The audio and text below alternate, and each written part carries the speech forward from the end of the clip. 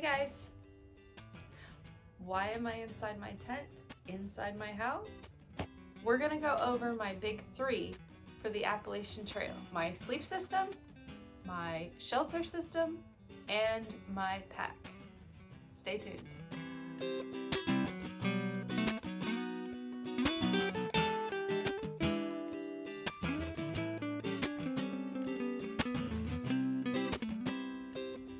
So today I'm going to talk about my sleeping bag, and I have in another video where I go over my current bag, which is the Sierra Designs Cloud 20. It says Cloud 20, but it is 24 degree and rated 24 degree comfort, and 15 degree limit. I don't quite agree with that. I feel like it's more 25 degree limit and 35 degree comfort. For those of you who don't know the difference, when you're looking for sleeping bags, make sure you're looking at the comfort rating versus the limit rating. So the limit rating is the rating in which you can survive in your sleeping bag, but you're probably going to be uncomfortable. The comfort rating is the rating that for most people, you're going to be comfortably warm and cozy at that temperature in that particular bag. So for me, I have not been super comfy warm in this bag at 25 degrees, and definitely not by itself. I needed to make sure that I was dressed appropriately and using a fleece liner. And for my through hike, I am not taking a fleece liner. I am taking a lightweight liner, so I'll get into that later as well. So this bag is a sort of a mummy hybrid. It is a down bag, and it is zipperless.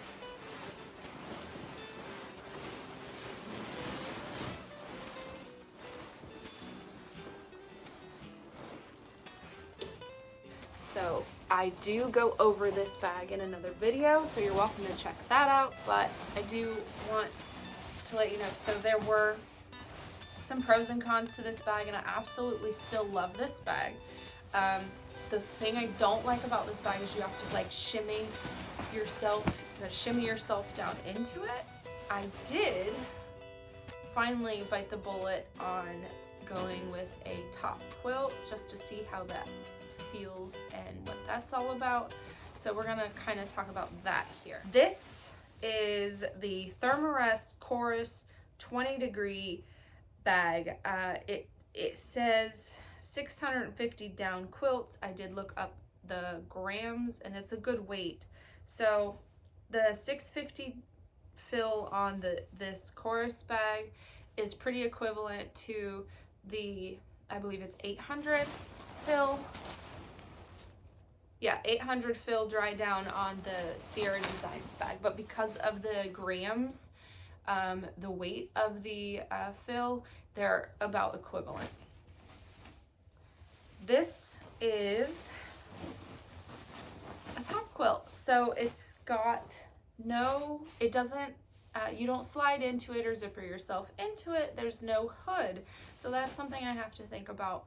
I'm going to either need to make sure that I have a sleep hoodie or my merino wool beanie on, or my down jacket with my hood on. I'll probably want to wear something like that when it's cold. When it's not cold, this is going to be great because it feels like a blanket. On top of my Thermarest pad, I have my liner. And this was an inexpensive liner on Amazon. This is the Browant Thermalite Stretch Jersey Mummy Sleeping Bag Liner, 87 inches by 34 inches. And it's great. So it has zippers, whereas a lot of the liners you have to like squeeze yourself into, and it's kind of a stretchy cocoon. This has zippers on both sides, so you can zipper down, and then you can either leave it unzipped or zip it up. I did find when I was really cold, I had zipped it all the way up and I had too many layers on, and I feel like the heat was trapped inside the liner, and so the my down sleeping bag did not really do what it was supposed to do. So the next time I took it out, I unzipped it and let my body heat fill up inside my sleeping bag, and I was toasty warm and had no issues. So the zippers are nice, but I would unzip them at least partially when it's really cold out, so that the warmth can actually get into the down bag and then surround your body, and the down bag gets to do what it's designed to do. This feels so cozy, so soft and thick, and I know it's gonna like compact a little bit and they'll have to refluff it up, but so far this is really nice, and I feel like it's really secure. So it slides down on the foot of your sleeping pad, and then it has the synergy straps. That strap comes with 2 of them, and so it attaches down here and then again up here. So as you're tossing and turning, it's supposed to stay with you, or stay with the pad.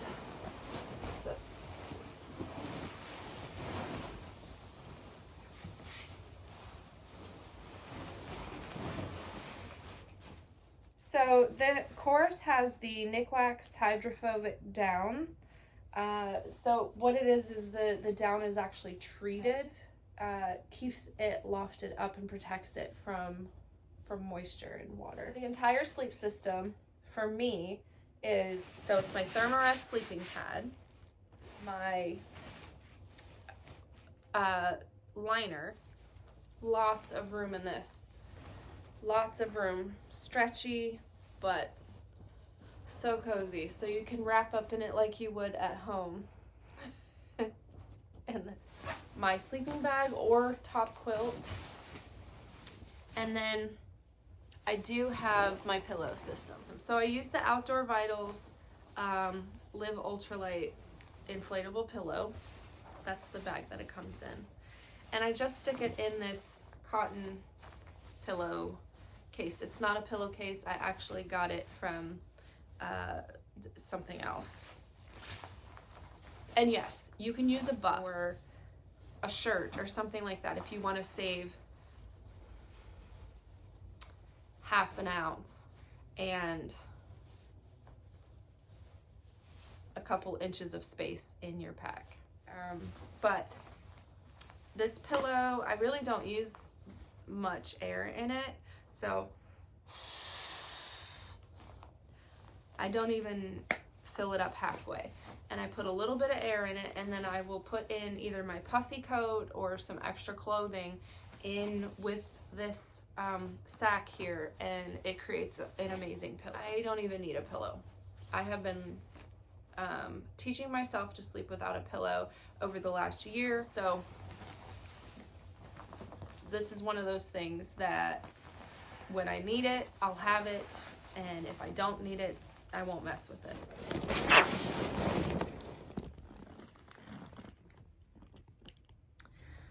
So this is what my sleep system would be if I decided to layer up and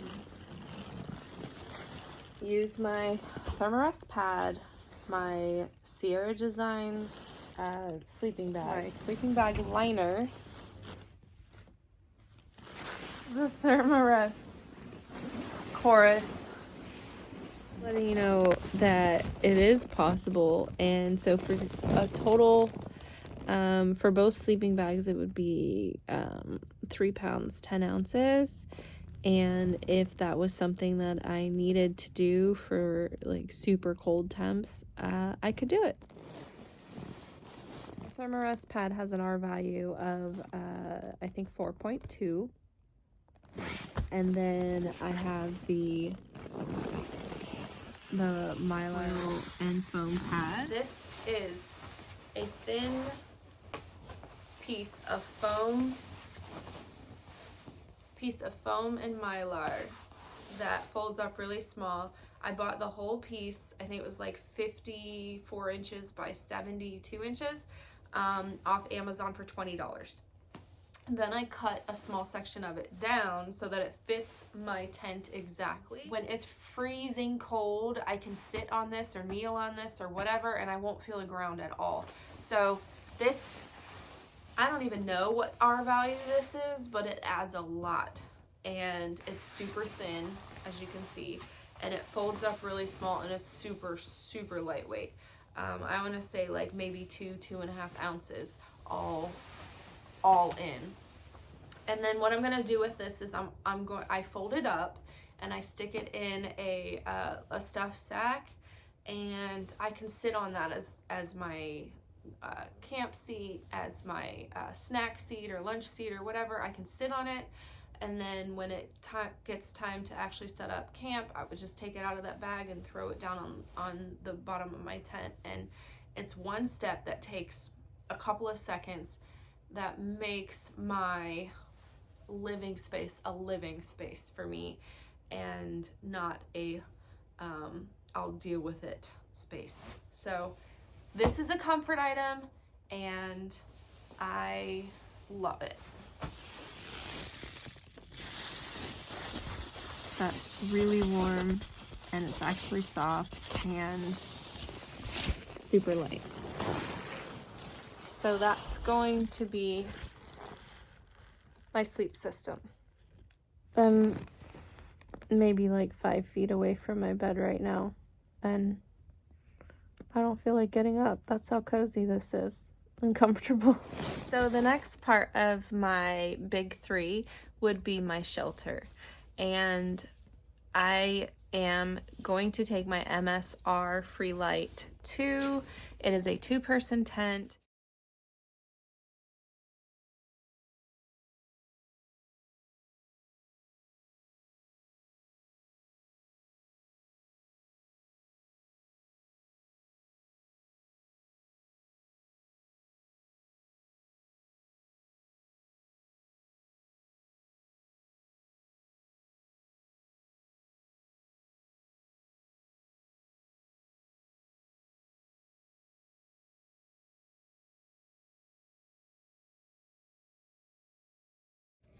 But overall, I'm liking it.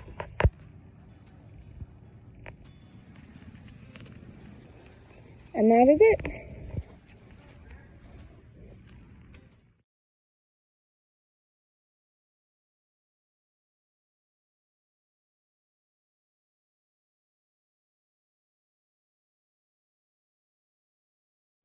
It is a 2-person tent, and it is a semi-freestanding tent. So right now I have it set up inside, and not, obviously I don't have it staked down. However, the rain fly, in order for the rain fly to work properly, it does have to have the part staked down on the rain fly. I did set some books in the corners, just to have it set up in here and kind of push the corners out on the one side. So yes, it can be set up with without staking it down. It can be set up with a couple rocks in the corners, but that's not ideal, and that's not really going to work if it's raining and you have the rain fly on. So that's why I call it semi-freestanding. So you still need to tie it off, you still need to use stakes, and it has the poles. The tent is 2 pounds, and I have a full video on my review, my setup that I took several months ago. And I also talk about the Lanshan too, which is my other tent that I have that I use for backpacking. What I haven't talked about is hammock camping. Now I do love my hammock setup. And I do love hammock camping in the summertime. I don't like it as much when it's cold or when it's super rainy out.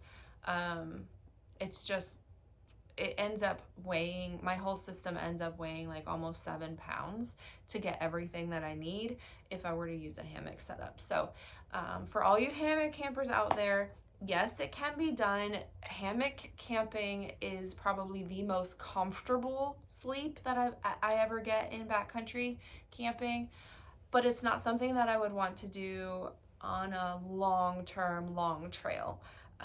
It's more of like, I'm going out to Red River Gorge for the weekend, I'm gonna hammock camp instead of sleep in a tent, or I'm just going out with family to campground in the summertime and I don't have to worry about like the weight of everything. So that's my husband and I did do McAfee Knob, and he did use the hammock.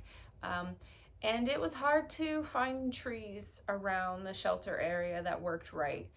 So that's something else to think about. Like there's not necessarily always going to be a good spot to set up your hammock on the trail. So now I'm going to talk about my pack. So my pack is the Osprey, and it's the Aura AG65. And it's a 65-liter pack. It does have the water reservoir. I used to use that, but I don't use it anymore. I just use the water bottle in the strap system. But it does have that feature if you need it. What I really do like about this pack is this feature here. So this netting right here keeps the actual pack off of my back. So there's a huge gap. Let me try to get this, and I can't, but there is a huge gap here. So this mesh is what goes along your back, and then that has airflow under there, which helps keep you from sweating and feeling gross under your on your back. What I also love about this pack is it has adjustable torso strap positioning. So it's super easy to adjust this torso here and just slide it up and down. I did get fitted at REI, and I have the extra small, but I did not actually buy my pack at REI. Sorry, REI. But I found it for the same price on Amazon, but I was able to do a payment plan, so I split it up into 5 payments, and that's just super helpful for people starting out. And you know, REI, if you guys would start doing that with some of your gear, people might buy more from you. It still has the warranty. So I did go ahead and register my pack, and it does have the warranty still. One thing that I don't like about this pack, at least for me, is the hip belt is adjustable, so it does have adjustable hip belt here, but I still cannot seem to like reach my pockets. I can unzip them easy and take stuff out, but it's hard for me to get it back in and zip it back up. So I don't put stuff in there that I need like all day long while I'm hiking. Maybe like just for snacks and like a quick first aid or something like that. But my stuff that I want to be able to get to while I'm actually hiking and without taking my pack off, I put in my fanny pack. So I do have a fanny pack that I use for those things. One thing that I love about this is it has these huge pockets on the side. So this, I've put so much stuff in these, but it has huge stretchy pockets on both sides. And then this pocket here, I still have my rain gear in here, but this is also huge. So there is a ton of space on the outside of the pack for things that, you know, you can have on the outside. It also has these side zipper pockets that are really deep on both sides out here. And so these, usually I put things in here that I want to be able to get to in my tent stakes. When I first get to camp to set up camp. And I have in my brain, I usually keep, and I have a whole video on what I pack where, but I usually keep like my bag that has like my visor and my buffs and anything, my gloves and things that I might want to swap out and use throughout the day while I'm hiking, without having to actually go into my pack for anything. Sometimes I'll put my food or my snacks up in here, stuff like that. And then inside my pack has compactor bag. I know you can get pack liners for fairly cheap, but for me right now this works. Swapping that out for something lighter actually would be beneficial. But I have used this same compactor bag for a year, and there's no holes or anything in it, and it's held up really well. And then in the very, very bottom, it comes with the pack rain cover. And I have used this in torrential downpour, and it helped. It really did help, and it kept things dry for a while, and it definitely keeps things dry in just like normal rain showers. But in a downpour that I was in for a couple hours, my pack underneath it still got pretty wet. Nothing inside it got wet, just the stuff that was on top. But it is still nice to have. It's nice to have if, you know, you get to camp and you need to put your pack down, but everything is muddy and wet. And I like to keep my pack in the tent with me at night. So if this helps keep it clean and dry, so that I can do that, that's great. If I can't put it, if it's too wet and gross, then I can keep it outside, but at least put this over it to kind of protect it while it's sitting outside at night.